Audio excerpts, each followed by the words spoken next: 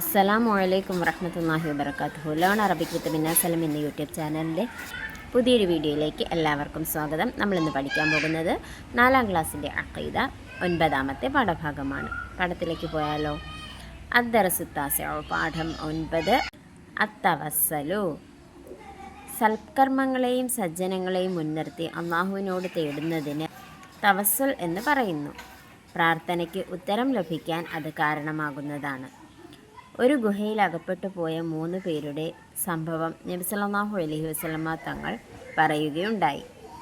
അവർ അഭയം തേടിയ ഗുഹയുടെ മുൻവശം ഒരു പാറ വീണ് അടഞ്ഞുപോയിരുന്നു. അതിൽ നിന്ന് രക്ഷപ്പെടാൻ സൽക്കർമ്മങ്ങളിൽ ചിലത് മുൻനിർത്തി അവർ ദുആ ചെയ്തു. ഒരാൾ മാതാപിതാക്കൾക്ക് ചെയ്ത സേവനം തവസ്സുലാക്കിയാണ് ദുആ ചെയ്തത്. എല്ലാ കാര്യങ്ങളിലും അദ്ദേഹം മാതാപിതാക്കളെ മുന്തിച്ചിരുന്നു. ഒരു ദിവസം അദ്ദേഹം എത്താൻ വൈകുകയും അവർക്ക് പാല് കൊടുക്കാൻ ചെന്നപ്പോൾ അവർ ഉറങ്ങിപ്പോയിരുന്നു. മക്കളെല്ലാം പാലിനായി കാൽച്ചുവട്ടിൽ കിടന്ന് കരഞ്ഞെങ്കിലും മാതാപിതാക്കൾ ഉണരുമ്പോൾ അവർക്ക് നൽകാനായി അദ്ദേഹം കാത്തുനിന്നു. രാവിലെയാണ് അവർ എഴുന്നേറ്റത്. അപ്പോൾ അവർക്കും ശേഷം മറ്റുള്ളവർക്കും പാൽ നൽകുകയുണ്ടായി.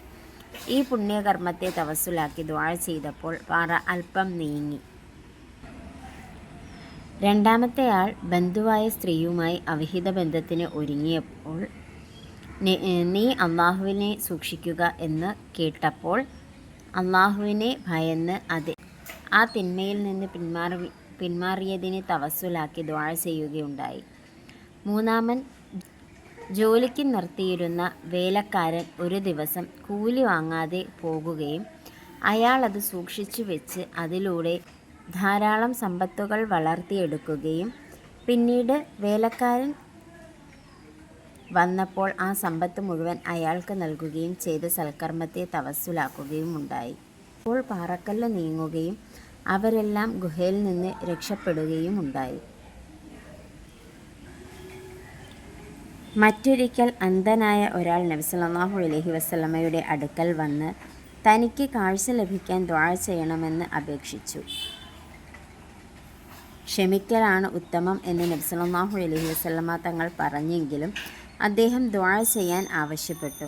അപ്പോൾ നബി സല്ലല്ലാഹു അലൈഹി വസല്ലമ തങ്ങൾ അദ്ദേഹത്തോട് നന്നായി വുളൂ ചെയ്ത ശേഷം ഇപ്രകാരം ദുആ ചെയ്യാൻ കൽപ്പിച്ചു: അല്ലാഹുമ്മ ഇന്നി അസ്അലുക അതവജ്ജഹു ഇലൈക ബിനബിയ്യിക മുഹമ്മദിൻ സല്ലല്ലാഹു അലൈഹി വസല്ലം നബിയ്യിർ റഹ്മത്തി ഇന്നി തവജ്ജഹതു ബിക ഇലാ റബ്ബി ഫി ഹാജത്തി ഹാദിഹി ലിതുഖ്ളാ ലി അല്ലാഹുമ്മ ഫശഫിഉഹു ഫിയ.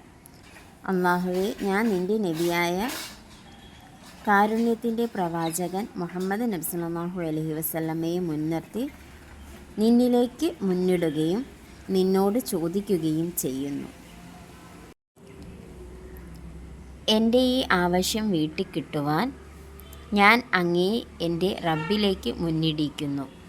അല്ലാഹുവേ, എൻ്റെ കാര്യത്തിൽ അവിടുത്തിൻ്റെ ശുപാർശ നീ സ്വീകരിക്കണമേ. അദ്ദേഹം ഇപ്രകാരം ദുആ ചെയ്തപ്പോൾ കാഴ്ച ലഭിക്കുകയുണ്ടായി. ഇത് സജ്ജനങ്ങളെ കൊണ്ട് തവസ്സുലാക്കാമെന്നതിന് തെളിവാണ്. യാ അയ്യുഹല്ലദീന ആമനുത്തഖുല്ലാഹ വബ്തഗൂ ഇലൈഹിൽ വസീലത. അല്ലയോ സത്യവിശ്വാസികളെ, നിങ്ങൾ അള്ളാഹുവിനെ സൂക്ഷിക്കുകയും അവനിലേക്ക് മുന്നിടാനുള്ള മാർഗങ്ങളെ തേടുകയും ചെയ്യുക. പാഠഭാഗം മനസ്സിലായോ? എന്താണ് ഈ പാഠത്തിൽ പറയുന്നത്? സജ്ജനങ്ങളെ കൊണ്ട് തവസ്സുലാക്കിയാൽ അള്ളാഹു നമ്മുടെ ദുആകളെ പെട്ടെന്ന് തന്നെ സ്വീകരിക്കുന്നതാണ്. നമുക്ക് വേണ്ടി ദുആ ചെയ്യണം. അതുകൂടാതെ സജ്ജനങ്ങളെ നമ്മളെ കൊണ്ട് എങ്ങനെയാണ് ദുആ ചെയ്യേണ്ടത്? നമ്മൾ ചെയ്ത നല്ല കാര്യങ്ങളെ എടുത്തു പറഞ്ഞുകൊണ്ട്. റബ്ബിനെ അറിയാത്തതാണോ നമ്മൾ ചെയ്ത നല്ല കാര്യങ്ങൾ? റബ്ബിനെ അറിയാം അല്ലേ? പക്ഷേ ആരാണോ ചോദിക്കുന്നവനെ അള്ളാഹു കൊടുക്കും. അള്ളാഹുവിനെ ചോദിച്ചു വാങ്ങുന്നവർക്ക് കൊടുക്കാനാണ് റബ്ബിന് കൂടുതൽ താല്പര്യം. ചോദിക്കാത്തവർക്കും റബ്ബ് കൊടുക്കും, പക്ഷേ ചോദിച്ചു വാങ്ങുന്നവന് അള്ളാഹു കൂടുതൽ നൽകും. അപ്പോൾ പെട്ടെന്ന് നമ്മുടെ കാര്യങ്ങളൊക്കെ നടക്കണമെന്നുണ്ടെങ്കിൽ നമ്മൾ എന്ത് വേണം? നമ്മൾ ചെയ്തിട്ടുള്ള നല്ല കാര്യങ്ങളെ മുൻനിർത്തിക്കൊണ്ട് അള്ളാഹുവിനോട് തേടണം അല്ലേ? അതുപോലെ തന്നെ സജ്ജനങ്ങളുടെ ശുപാർശ തേടിക്കൊണ്ട് നമ്മൾ അള്ളാഹുവിനോട് ദുആ ചെയ്യാം. എന്നാൽ അള്ളാഹുവിനോട് മാത്രമേ നമ്മൾ സഹായം ചോദിക്കുവാനും സഹായം തേടുവാനും ഒക്കെ പാടുള്ളൂ. മനസ്സിലായോ? നമ്മളെ സഹായിക്കാൻ അള്ളാഹു മാത്രമേ ഉള്ളൂ. ഈ സജ്ജനങ്ങളുടെ പേര് പറഞ്ഞുകൊണ്ട് നമ്മളെങ്ങനെയാണ് ദുആ ചെയ്യേണ്ടത്? ഇപ്പോൾ ഏതെങ്കിലും ഒരു ഔലിയാക്കളുടെ പേര് പറഞ്ഞിട്ട് അവരുടെ അവരുടെ ശുപാർശ കൊണ്ട് എൻ്റെ ആവശ്യം നേടിത്തരണേ എന്ന് നമുക്ക് ദുആ ചെയ്യാം. പക്ഷേ അവരുടെ പേര് പറഞ്ഞിട്ട് അവരുടെ പേര് വിളിച്ചിട്ട് എനിക്കത് സാധിച്ചു കിട്ടണേ എന്ന് പറഞ്ഞിട്ട് കാര്യമില്ലല്ലേ. അവരല്ലല്ലോ നമുക്ക് സാധിച്ചു തരുന്നത്, അള്ളാഹു അല്ലേ നമ്മുടെ ആവശ്യങ്ങൾ സാധിച്ചു തരുന്നത്. അപ്പോൾ അള്ളാഹുവിനെ വിളിച്ചിട്ട് വേണം, അള്ളാഹുവിനോട് വേണം പറയാൻ. അവരുടെ നന്മ കൊണ്ട് നീ എൻ്റെ കാര്യം അള്ളാഹുവെ സാധിച്ചു തരണേ എന്ന് നമുക്ക് പറയാം അല്ലേ. നബി സല്ലല്ലാഹു അലൈഹി വസല്ലമ തങ്ങളുടെ നന്മ കൊണ്ട്, അദ്ദേഹത്തിൻ്റെ ശുപാർശ കൊണ്ട് എൻ്റെ കാര്യത്തെ നീ സാധിച്ചു തരണേ എന്ന് പറയാം അല്ലേ. അപ്പോൾ നമ്മളെപ്പോഴും ആരോട് വേണം സഹായം ചോദിക്കുവാനും സഹായം ആരുടെ കയ്യിൽ നിന്ന് വേണം സ്വീകരിക്കാനും? അള്ളാഹുവിൻ്റെ അടുത്ത് നിന്നേ വാങ്ങിക്കാവൂ അല്ലേ. അപ്പോൾ ഇനി നമുക്ക് ചോദ്യോത്തരങ്ങൾ നോക്കാം. ഉത്തരം എഴുതുക. 1. തവസ്സുൽ എന്നാൽ എന്ത്? എന്താണ്? സൽക്കർമ്മങ്ങളെയും സജ്ജനങ്ങളെയും മുൻനിർത്തി അള്ളാഹുവിനോട് തേടുന്നതിന് തവസ്സുൽ എന്ന് പറയുന്നു. അടുത്തത്, തവസ്സുൽ ചെയ്താലുള്ള നേട്ടമെന്ത്? പ്രാർത്ഥനയ്ക്ക് ഉത്തരം ലഭിക്കാൻ തവസ്സുൽ ചെയ്യുന്നത് കാരണമാകുന്നതാണ്.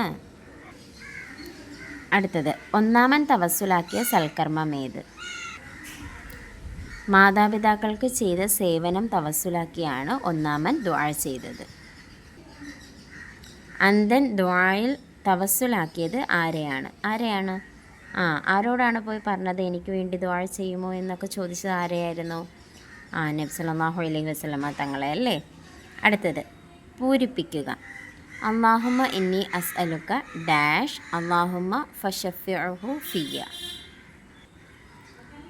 അല്ലാഹുമ്മ ഇന്നി അസ്അലുക വ അതവജ്ജഹു ഇലൈക ബിനബിയ്യിക മുഹമ്മദ് സല്ലല്ലാഹു അലൈഹി വസല്ലമ നബിയ്യിർ റഹ്മത്തി ഇന്നി തവജ്ജഹ്തു ബിക ഇലാ റബ്ബി ഫി ഹാജത്തി ഹാദിഹി ലിതുഖ്ലാലി അല്ലാഹുമ്മ ഫശഫിഉഹു ഫിയ. അപ്പോൾ ഇതോടുകൂടി ഇന്നത്തെ നമ്മുടെ പാഠഭാഗവും ചോദ്യോത്തരങ്ങളും എല്ലാം അവസാനിച്ചിരിക്കുകയാണ്. ഇൻഷാ അല്ലാഹ് അടുത്ത പാഠവുമായി കാണും വരെ മഅസ്സലാമ.